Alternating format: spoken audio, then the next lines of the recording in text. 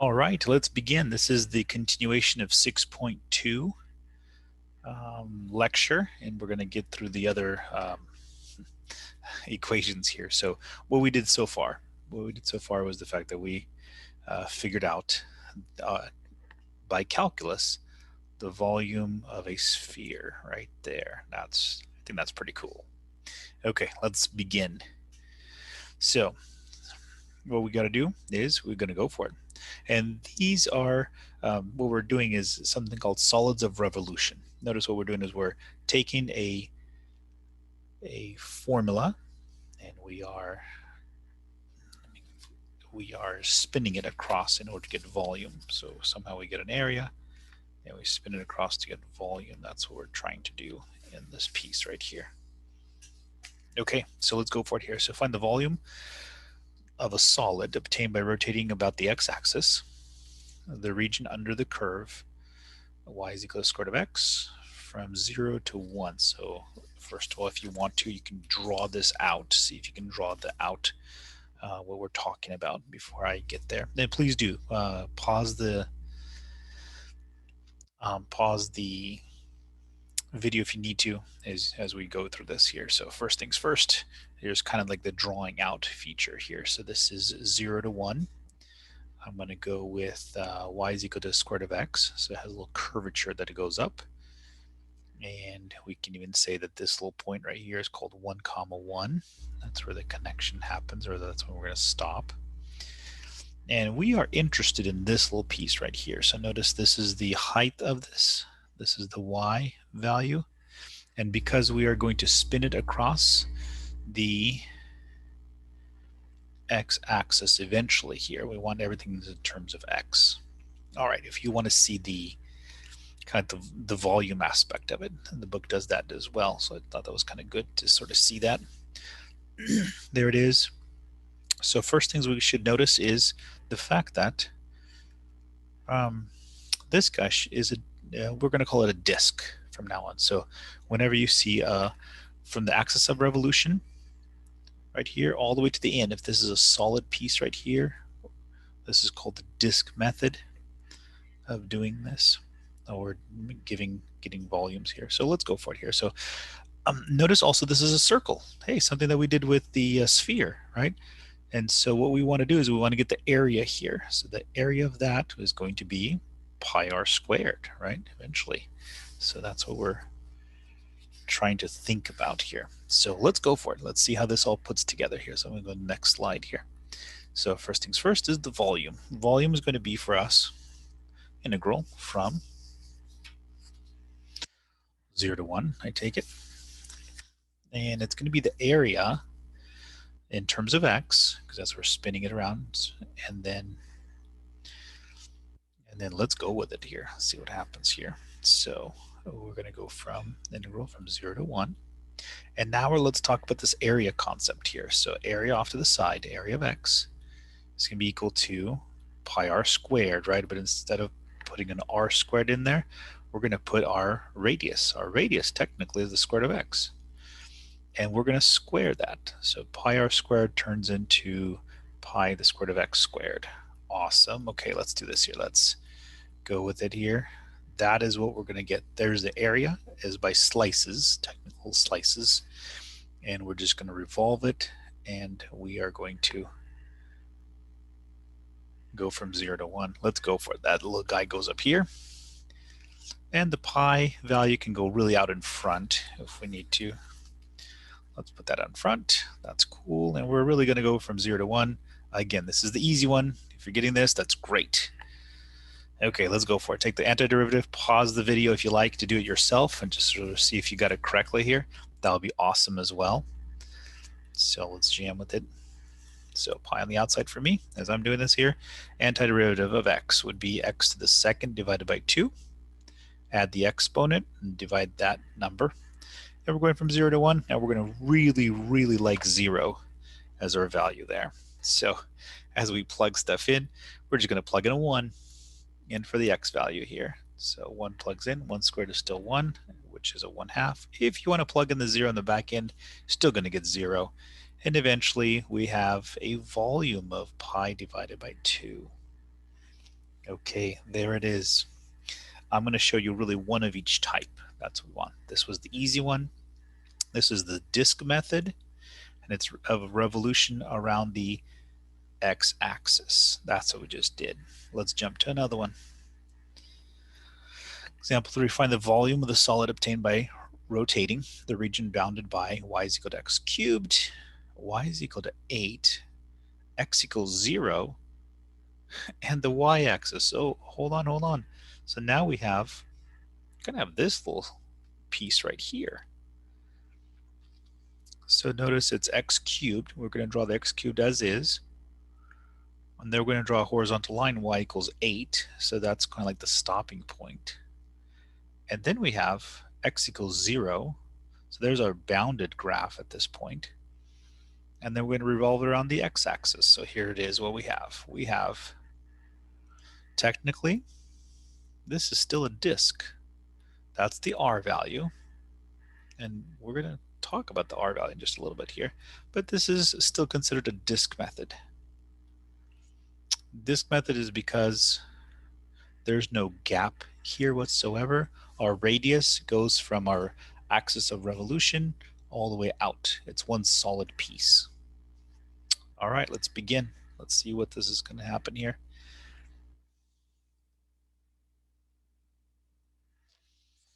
So notice, I guess we should notice it's the y-axis that we're revolving around. And it kind of gives you a clue right over here if you want to take a look at it here. If y is equal to x cubed, since we're going to revolve around the y-axis, what we want to do is we want to get this guy in terms of x. So we're going to take a cube root of both sides.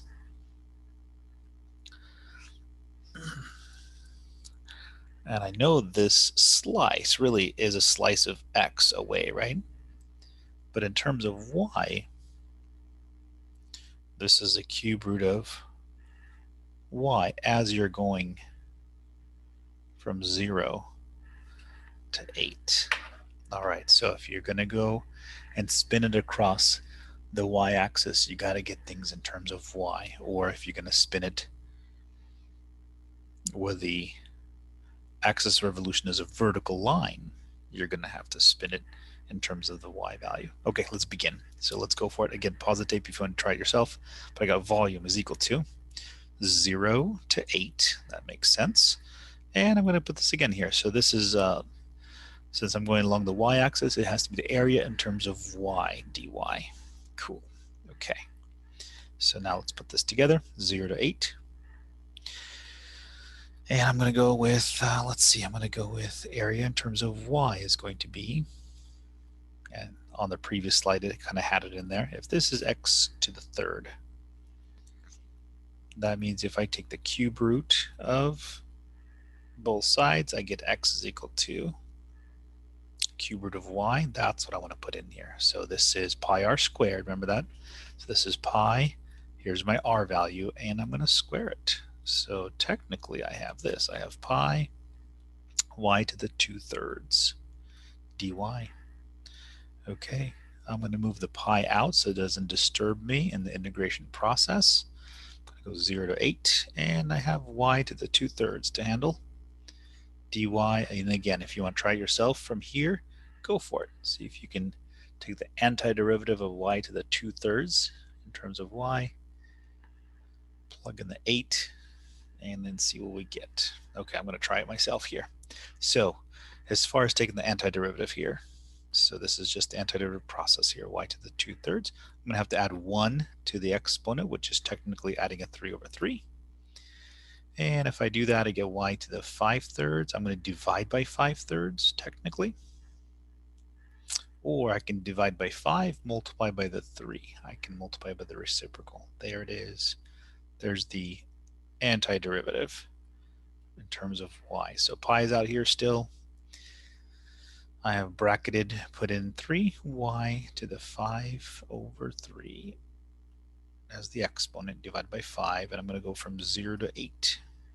I like zeros again. So technically, I am putting in an 8 into here. So this is 3. 8 goes here. Let's see, 5/3 over 5, and off to the side. Let me do this off to the side here. I'm going to go to 8 taken to the third root, fifth power. What in the world is that? Let's see. Well, the cube root of 8 is just 2. There it is. So 2 to the fifth power. So 2 times 2 times 2 times 2 times 2 would make 32. Perfecto. That's what I need right here. Okay, so I'm going to go over here. This is going to be 32 times 3. So that whole piece here, that became 32 for me. Times 3 would make 96. Don't forget the pi on the outside. Don't forget we're still dividing by 5. And we are done. So there it is. That little sort of cone-shaped thing gave us a volume of 96 pi over 5. Why is that all so important, first of all? Why? So if you ever think of making three-dimensional objects, if you ever think of making how much a solid piece, you need to know how much material you're going to have, how much metal you need in order to do that, or how much plastic you need. And there it is. I just found out how much plastic I need to make it, or how much metal I need to take it. The only other thing that you can sort of think about when we do these, as far as manufacturing goes, would be like the cooling temperature of that metal. So if you want exactly a precise piece, then as you put it into molten lava or a molten alloy, you got to think about the so a little bit of science there. You got to think about the what's going to happen as you cool it down. Okay, anyways, with that, let's go with it here. So next piece. Next piece, now we're going to get into, so those were solids of revolution using the disk method. That's what we had. And we did a horizontal rotation, then we did a vertical rotation. Let's check these out. So I want example 4. I want the region enclosed by the curves y is equal to x, and y is equal to x squared is rotated about the x-axis. Find the volume of the resulting solid. Let's go. Let's see what this even looks like. So I got it from the textbook. Notice the bottom is x squared. The top value is x, and I want to spin it. I want to spin it around like this. Okay, so whoa, we have a little something here. Notice, yeah, maybe we'll do this here first. Notice, if you look at that little circle inside there, the outside is still the x. The inside value is actually x squared. And if you take it cross-sectionally, there's a gap there. So hold on, let me erase this real quickly here. So here it is. I have a gap right over here, and that little gap is going to be right there. I don't want to see how much volume there is. Okay, so because we have a gap, we're going to call this the washer method. If you guys ever played with washers or did something with washers, there it is. It's a little gap in the middle. So we don't call this a disk method anymore. The disk method would go all the way from the axis of revolution to the end. So what are we going to do? Well, let's talk about this here. First things first. We're going to do this here. We're going to think about what is the outside curve is all about. The outside is y is equal to x. That's the outside piece there. The inside is just technically x squared. So what do we do? Let's talk about it just for a little bit longer here. So we have the disk method. We talked about it. The area of the disk method was just pi, and there was the radius, right? Pi r squared. We did those on the previous 2 problems, and we squared it. The washer method, very similar. In fact, some textbook even call this just the disk method instead. But really what we have is this. We're going to take what we want, the outside, or we call it, as your book calls it, the outer radius.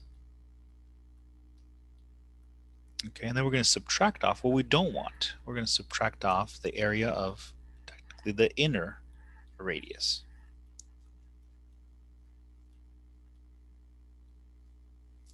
So we get what we want as far as the disk is, and then we subtract off the inside disk to get just the remaining part. All right, how's this written out? Your book likes to do these. They kind of does like a subscript right here. So they go like this. Radius of the outside squared minus radius of the inside. That little I stands for inside squared, or sometimes IN. They'll write it as IN. Other math textbooks, what they do is they make a big R. Let me just kind of write this in. Just if you guys see other math textbooks, they'll do like this. They'll say R of x squared, and yeah, I guess they would go like this here, minus. They'll write it like this, like the capital R is the outside one and the lowercase r is the inside one. And so again, just another math textbook would do it that way. Your book writes it like this with the RO and the RI, so we'll do it that way as well. Okay, let's jam. Let's jam with this then here. So our problem at hand is this. Our outside radius is x. Therefore, our outside radius. Therefore, our outside area is pi r squared or x squared. That's cool. Our inside radius is x squared. So our inside area is pi x squared being squared. That's cool. So how about a pi r to the fourth? Okay, now can we put it in terms of a rotation or a volume formula in terms of integration? Let's jam. Let's go with it. I think we're going to go from 0 to 1. And we have ourselves pi outside, subtract pi inside, and all that has the x to the dx. Okay, again, pause it if you like, try it yourself. Let's see what you get. And I'm going to start in just a couple of seconds. All right, I'm going to move the pi to the outside. There it is, leave it going 0 to 1, and I'm looking at x squared minus x to the fourth. That's what I'm trying to do, the dx of. Perfecto. Leave the pi on the outside, take the antiderivative at this point here, so it's going to be x to the third divided by 3. Again, add 1 to the exponent, divide by that number. Add 1 to 4 makes 5, divide by 5, and I get myself going from 0 to 1. Okay, 0 is going to give me zeros. I'm not even going to put those in, so not to confuse me here. So what I'm going to do is I'm going to put in the 1 here. So 1 goes in for x cubed over 3. 1 goes in for x to the fifth over 5, and now I need common denominators to put that together, so it's going to be 15. So it looks like pi times, let's see, common denominator is 15, so 1/3 makes 5 over 15. Minus 1/5 will make 3 over 15. That's cool, I can do that. Perfecto, and then final answer, here it is, 2 pi over 15, because of the washer method here. We have that hole in the middle. We have that gaping hole in the middle that we were able to undo stuff with. Okay. That's cool. Okay, now let the fun begin. You guys ready?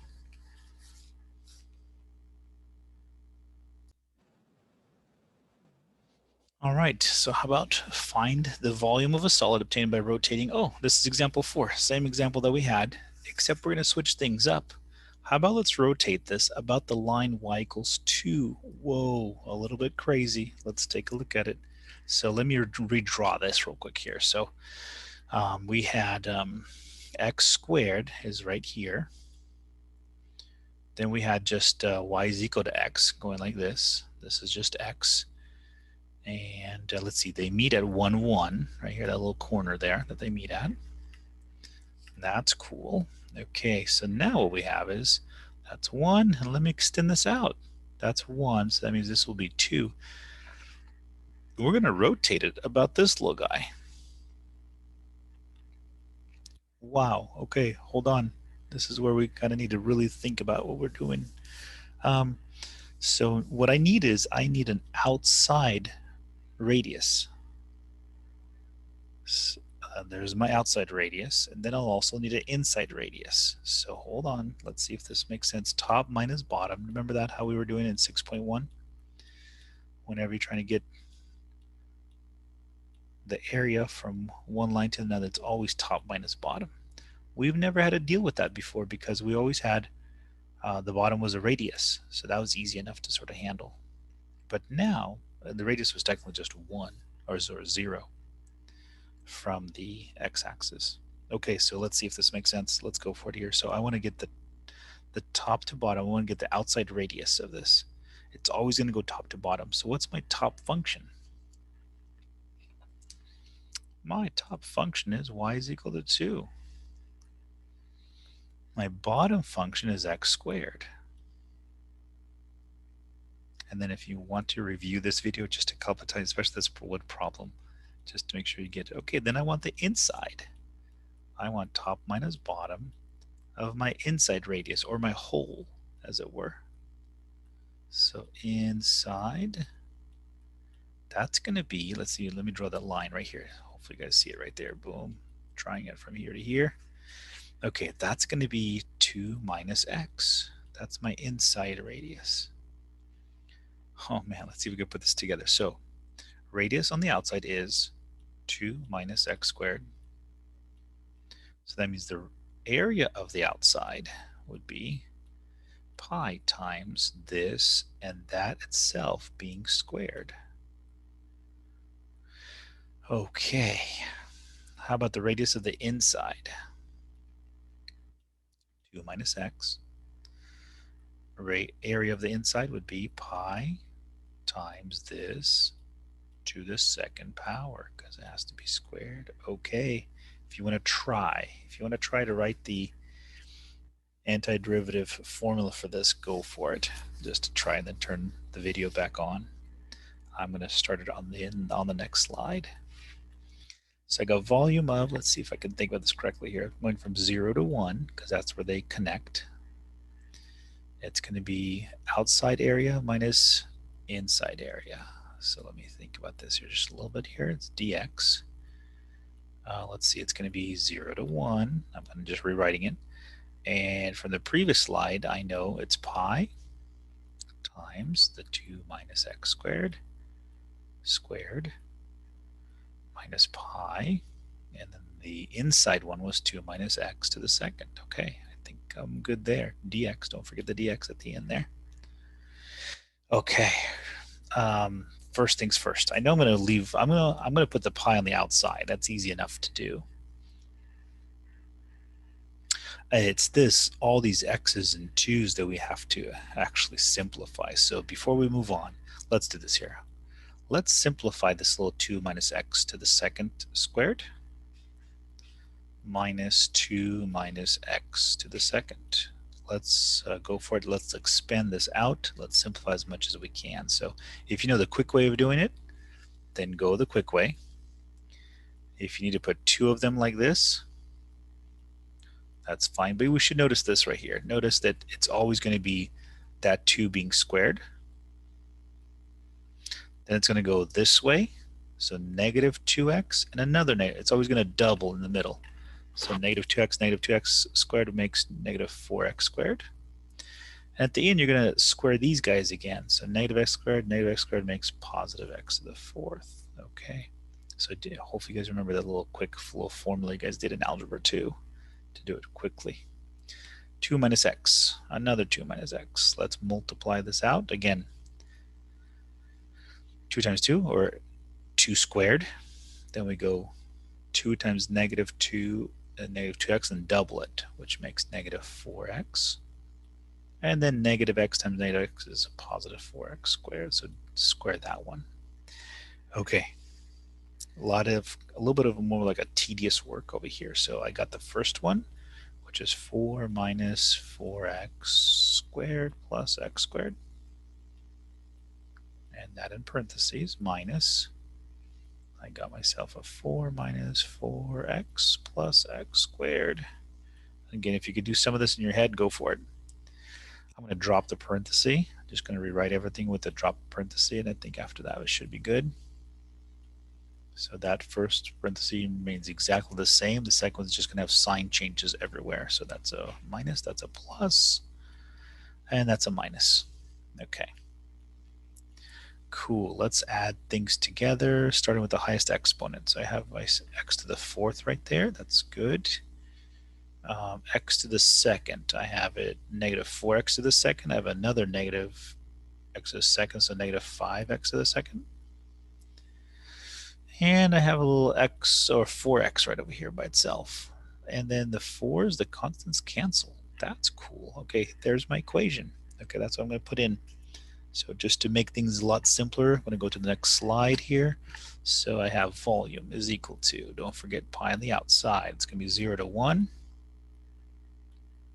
x to the fourth, minus 4 or 5x squared plus 4x dx. Cool, cool. And pi gets to go out in front, that one. I think we're ready. I think we're ready to put this together. So I got myself pi on the outside. I'm going to add 1 to the exponent. So 4 plus 1 is 5, divided by 5. Minus, let's see, 5 is there still, but at this x is going to go to the 3, divided by 3. Okay. And this is going to be 4 still there, but x to the second, divide by 2. So you could reduce that. 4 divided by 2 is just a 2 if you wanted to. I'll reduce it in just a second here. So I'm going from 0 to 1. Again, love those zeros. Pi goes in, 1 goes in for each one of these pieces, and I can forget about the exponent this time.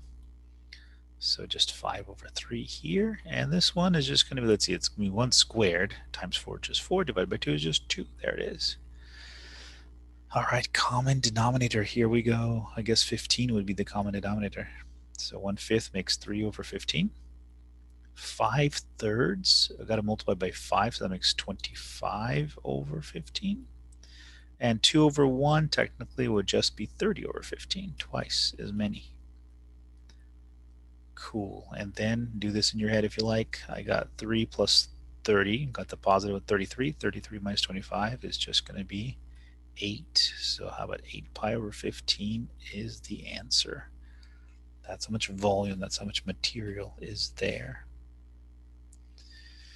Okay, and the book does have a picture of it here. So that's kind of cool. Here's a picture of what it looks like. There it is. And so some kind of sort of, not sure what that looks like. It's a cone, I guess, with a hollow on the inside a bit on it. And notice it's this little piece right here. Notice it's top minus bottom. Again, top minus bottom. One for the outside, one for the inside. Okay, and if that wasn't crazy enough, let's go to the next one. Again, one of each type. So this is called washer method and revolution about a line that's parallel to the x-axis. All right, example 6, here we go.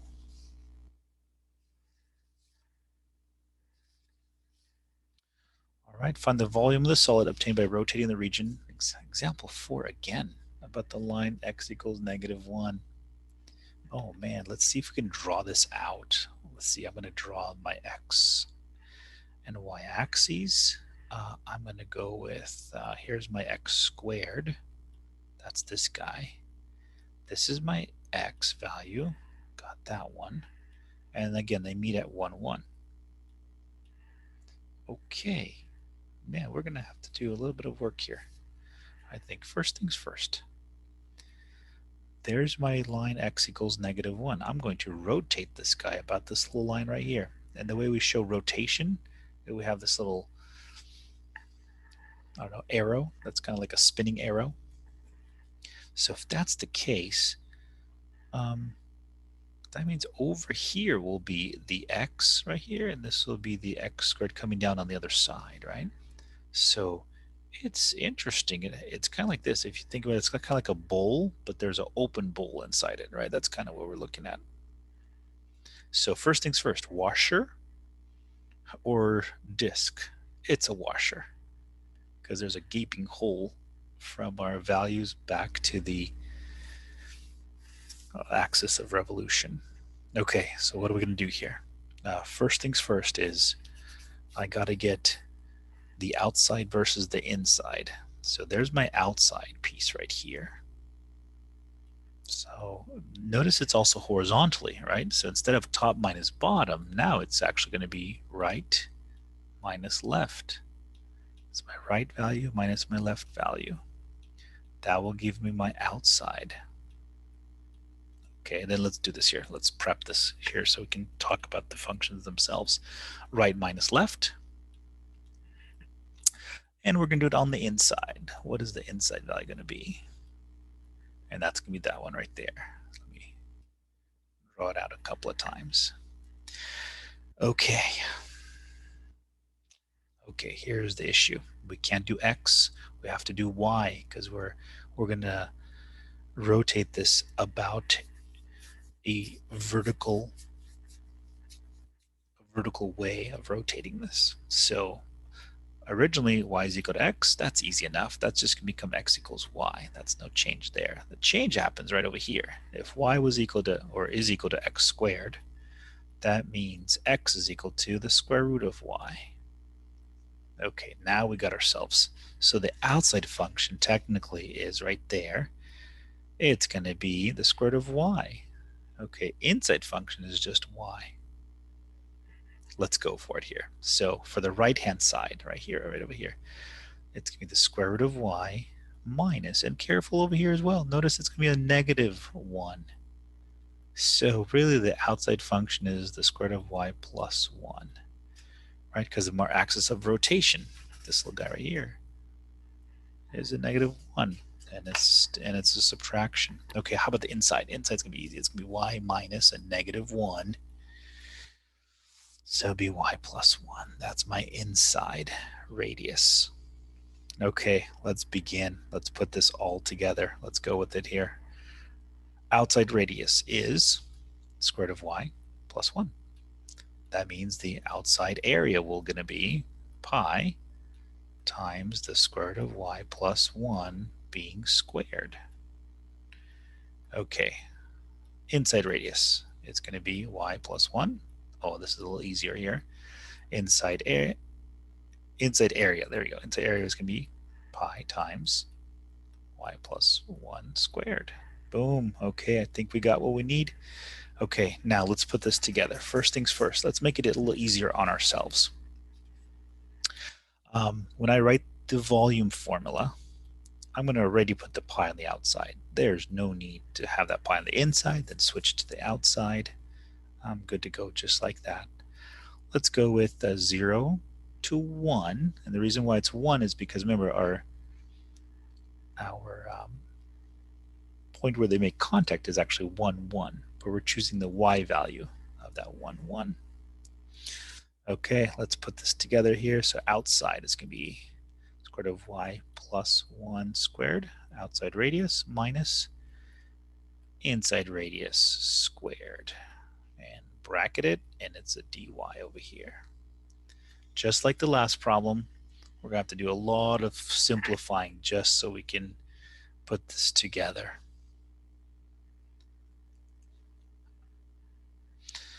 So y square root of y plus 1 squared. Okay, I'm going to go with the easy way to do it. First things first, what's the short way of doing it is we take this guy and we square it. So square root of y times square root of y just a y. Then what we do, we take the square root of y, we multiply times 1, and then we double it. So square root of y times 1 square root of y times 2 is plus 2 squared to y. And I'm going to write it as a 1/2. Then what we do is we take the last term and we just square that guy. So this is plus 1. So that's the little fast way of expanding out a binomial. Let's do the same thing here. Y plus 1 to the second power. We're going to take that y, square it. We're going to take that y times the 1. So that's a y times 2 makes 2y. All right, then we just take the 1 at the end, square that guy, makes a 1. Perfect. Okay, I think we have that. We just need to be subtracting these guys out. So that top one there. this guy, subtract this guy. Nice. Okay, and then I'm going to, of course, do all this work right here. So I'm going to leave the first parenthesis exactly the same, change all the signs of my second parenthesis, and let's put stuff that we can put together here. I'm going to start off with the highest exponent. The book started going with the lowest exponent. Didn't like that. Let's see, y squared would be the highest exponent, so negative y squared. Then y to the 1, there's only one y to the 1, which is minus, oh no, hold on, there's another one here too. So it's this one here and that one. So those two would make just a negative y. And then there's only one y to the 1/2. There's that, and the 1 and the negative 1 cancel each other out. Sorry, come back. They cancel each other out. So that's what I want right there. That's what I'm going to put into my equation. Let's begin. So volume is equal to pi on the outside. We're going from 0 to 1. And it's negative y squared minus y plus 2y to the 1/2 in parentheses dy. Okay, again, go for it. Try it yourself if you want to try the antiderivative of it. We go from there. So pi, so negative, I'm gonna let's see, that's 2, so I'm gonna add 1 to it, makes 3, divided by 3, minus, I'm gonna add 1 to 1, makes 2, divided by 2, and this one's gonna be 2 is already there. In fact, let me do it off to the side just to show you real quick here. That's that. As we take the antiderivative, the 2 is already there still. We're going to add 1 to the exponent, or 2 over 2 makes 3 over 2. So that means that 3 divided by 3/2, or technically just multiply by the 2 times 2 in front and keep the 3 on the bottom. So this becomes 4 y to the 3/2 divided by 3. Whew, 0 to 1. I love zeros. Here it is. Ones I also love because they could just plug in nicely. So plug in the 1 everywhere. We can forget about exponents. And we have ourselves what we want right there. Common denominator is going to be 6 this time. So still pi on the outside. Negative 1/3 makes negative 2/6. Negative 1/2 makes negative 3/6. And 4/3 makes 8/6. Yeah, that's right. Okay, negative 2, negative 3 makes negative 5. Negative 5 makes plus 8 makes 3, which is technically 3 over 6, or 1/2. So you can write it like this, 1/2 pi, or you can write it as pi over 2. Either one's going to be just fine. And there it is. All right, sort of see what this looks like. The book kind of gave you this little guy right here.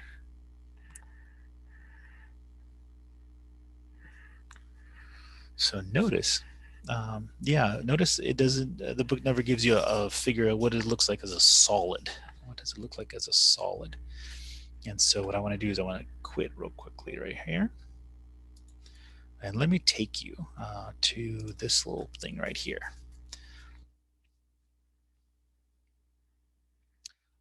I find this pretty cool. It if you go and search for maybe like this, maybe like this. Let's see, calculus, solids of revolution calculator. So calculus, solids of revolution calculator. Search for that. And you're going to go to something called Wolfram Alpha right here. This is a widget. It's made by something called Mathematica. Mathematica is it's a calculator that's really used in the professional scene of things. But they have these little widgets, which I thought that was kind of cool. And so it just says solid of revolution. You give me what the functions are.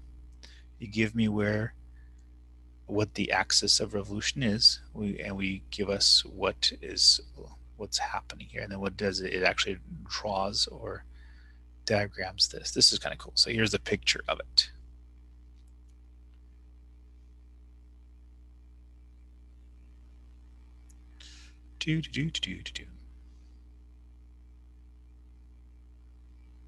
Gotta wait. It renders it.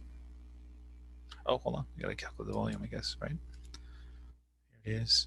So this is the default one, is y is equal to x. And in fact, this is the one that we were doing.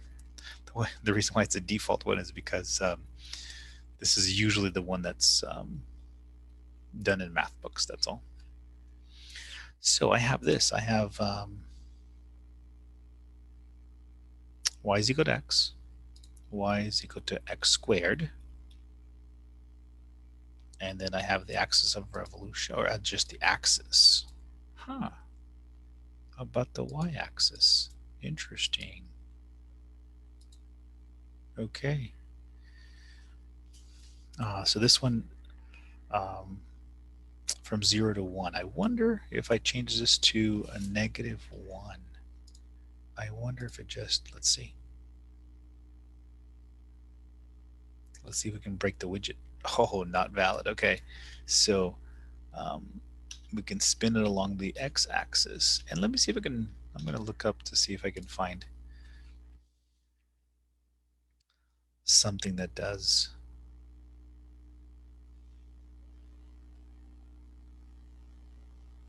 Y-axis, okay. So anyways, it's a program online that will at least compute for you or give you a solid of revolution.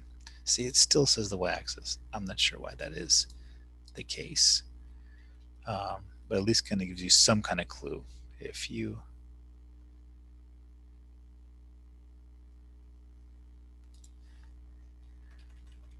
okay, I'm gonna try one more thing here. I'm gonna try like this. Anyways, that was kind of fun to sort of see that.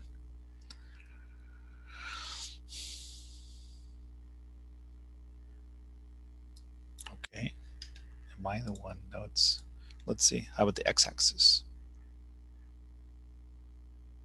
So it only does it.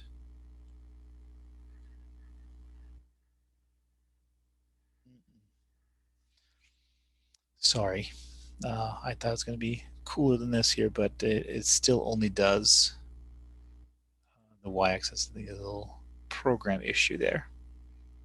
It doesn't do what it's supposed to do. Yeah, but let me try.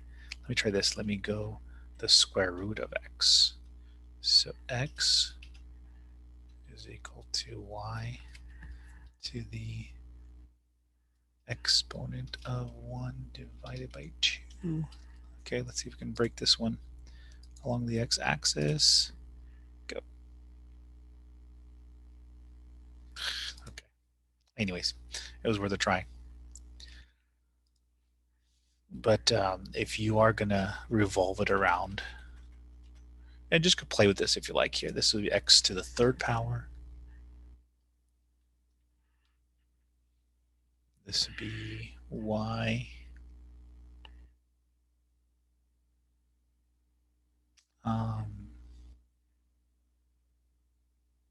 equals to x to the 4th power. It would be like a little sliver there along the y-axis. 0 to 1. Let's see what that looks like.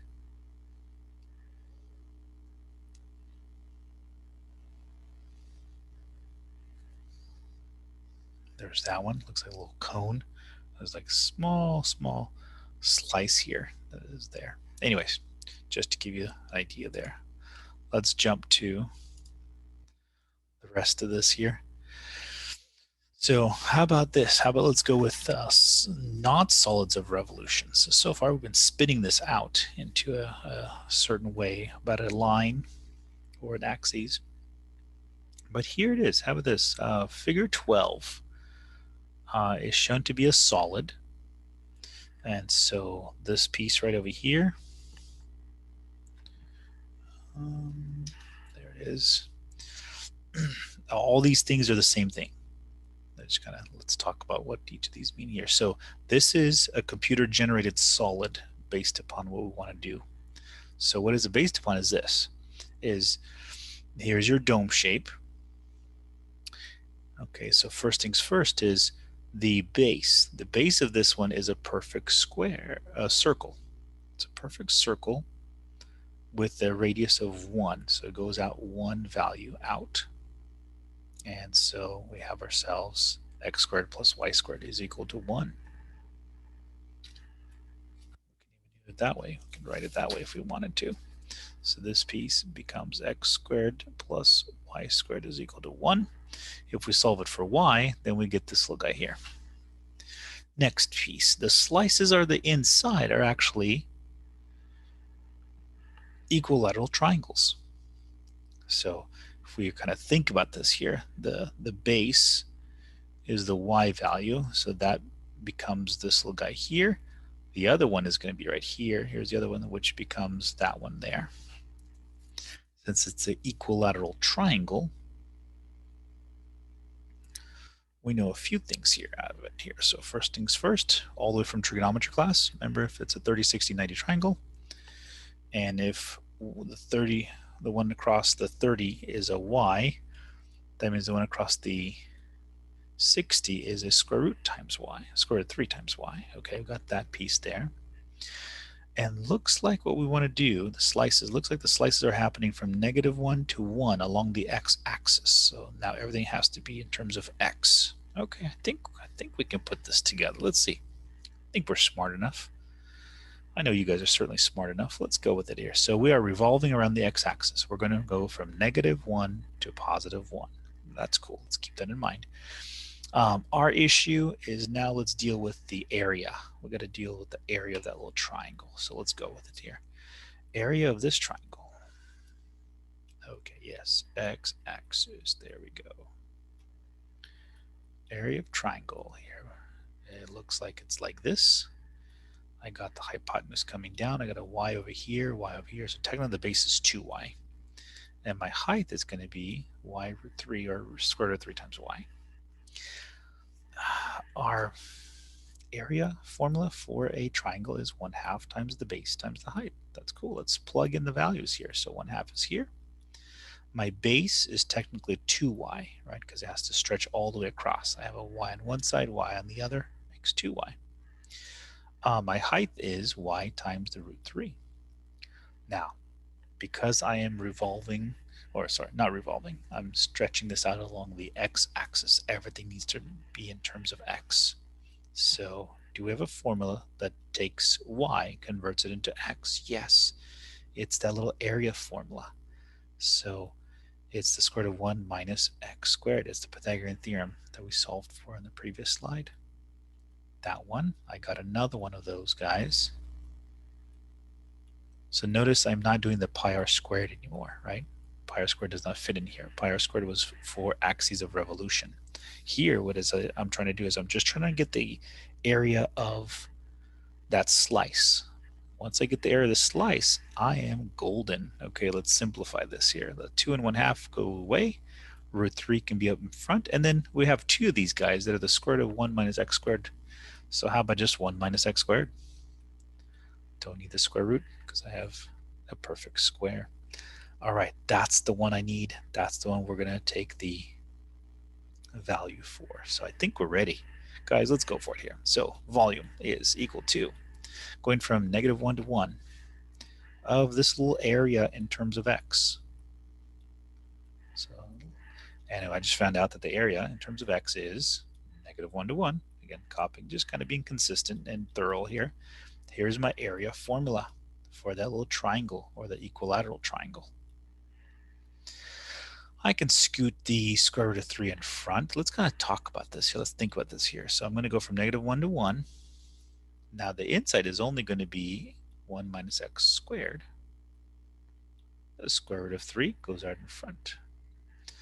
Next thing I notice, and go back in the video if you need to here, notice that since we're going around a circle, isn't there some symmetry happening here? Isn't from -1 to 0 and 0 to 1, there's symmetry. We're doing the same thing. So how about this? I'm going to double my volume, and I'm only going to go from 0 to 1.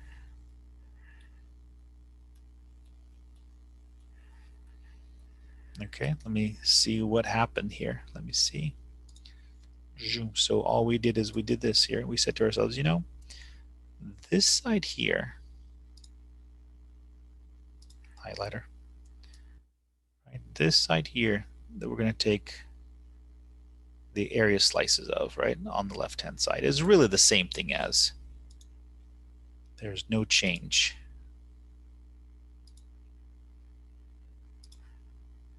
As opposed to, and this side here, right? We're doing the same thing. We're just doubling it. So in that case, there's no need to work when we have to, and plus we get that little 0 again that we can cancel stuff in. Okay, to take the antiderivative of 1 makes x. Antiderivative of x squared makes x to the third over 3. Da-da-da, evaluating from 0 to 1.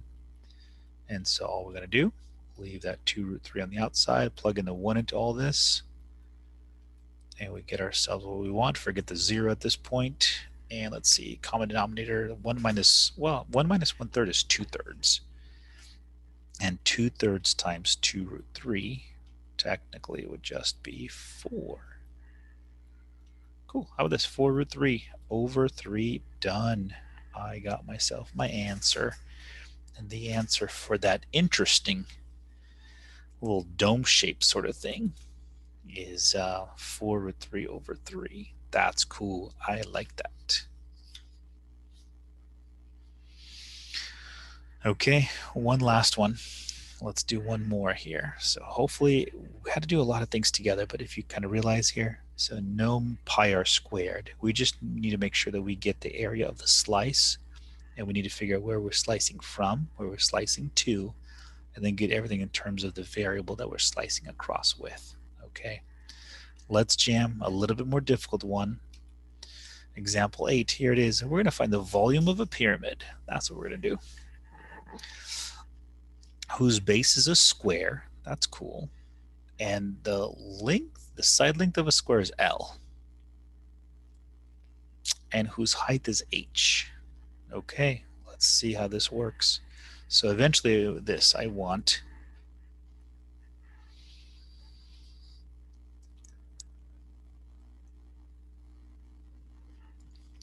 the formula for a volume of pyramid at the end whose length is L and whose height is H. That's what I want. As we stretch it across the x-axis, so using 0, 0 as our starting point, and we're going to stretch it out all the way to H.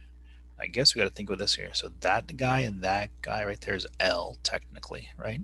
And L, basically H becomes the height of L at the end. Okay, how's this going to work? Let's think about this here. What I do notice is this right here. I noticed that right here, notice the black check marks that I just did right over here. That is a right triangle. And then with a different color, notice I'm going to do like this right here. Notice this little piece right here. That is another triangle. And those guys are called similar triangles. Okay, think I got this. In terms of x only, okay, that's a right triangle too here. So how about this? X, this piece right here, goes to H. So this little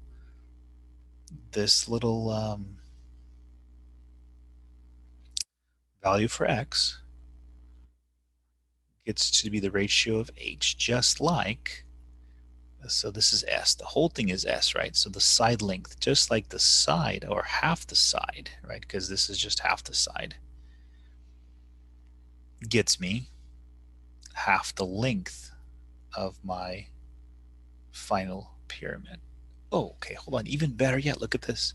So think about that for a little bit if you need to, but notice the 2 here and the 2 here, they're just going to cancel each other out. Those guys are going to be gone because they're 2 is in the denominator of our top value. So cross cancel those out. So technically I have this scenario. H goes to X goes to H just like S goes to L, which actually makes sense, right? H, the ratio of H going to X going to H is the same ratio as the S going to L.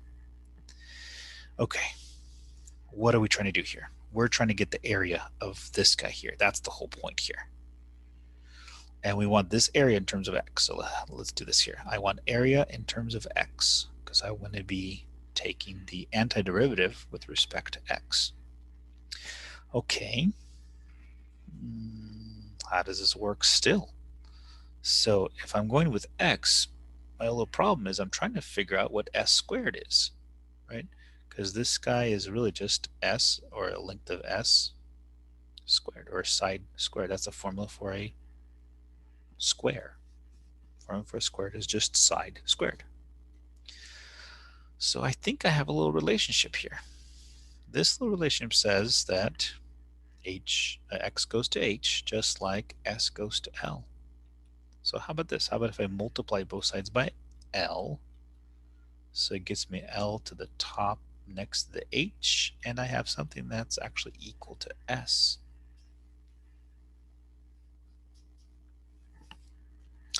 Okay, I think I got it here. Let's bring this all around. So this S now has changed into, I'll put the L first over here.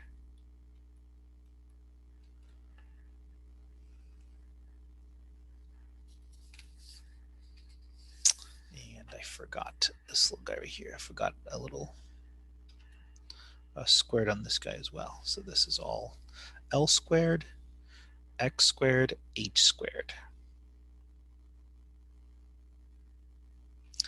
So why do we need to do that here? We need to get rid of the S, first of all, because I want everything in terms of L and H. That's what I want. The two variables that I want to have are just L and H. That's it. So I have an L now, I have an H, and I have my variable of revolution right there, or my variable. So that's cool. That's eventually going to be gone. So now let's see. What are we doing? We're going to take the antiderivative starting at 0, and we're going to go all the way to H. That's what I want this guy to be. So let's set this up. Volume is going from 0 to H of my area in terms of X. So that translates into 0 to H of L squared, H squared, X squared of dx. That's so cool. Again, S is gone because we didn't need S in there. And now I have, let's see, I'm going to move the L squared and H squared. I'm going to move it to the outside because those are just constant terms. My only variable here is just really this little X squared. Okay, let's take the antiderivative of X squared. So L squared is still there, H squared is still there, and I'm going to add 1 to the exponent, divide by that 3, going from 0 to H. Again, 0 is just going to produce a 0 for me. But I got myself L squared, H squared, and now I have myself H cubed over 3. And simplified version, the H's are going to cancel each other out or reduce. I have L squared, I have H over 3. What in the world does this mean? That's the question. And L is our length, right? L is the length of our base. That's what we have here. So really, if you think about this here, let me draw a little pyramid for you. So if it's a square pyramid, what we do is we kind of draw a little parallelogram, and we kind of have a little point that we have like this. We kind of just stretch everything out to this little point right here, and that gives us our pyramid. And do you guys remember from geometry, do you remember the volume formula for a pyramid? Do you remember it was like b squared? It's the base squared times h divided by 3. That's exactly what we have here. And so same form that we had, and this is the volume formula from geometry. That's cool. Okay, with that we are done. I hopefully enjoyed this, and I'll put the next video together soon. All right.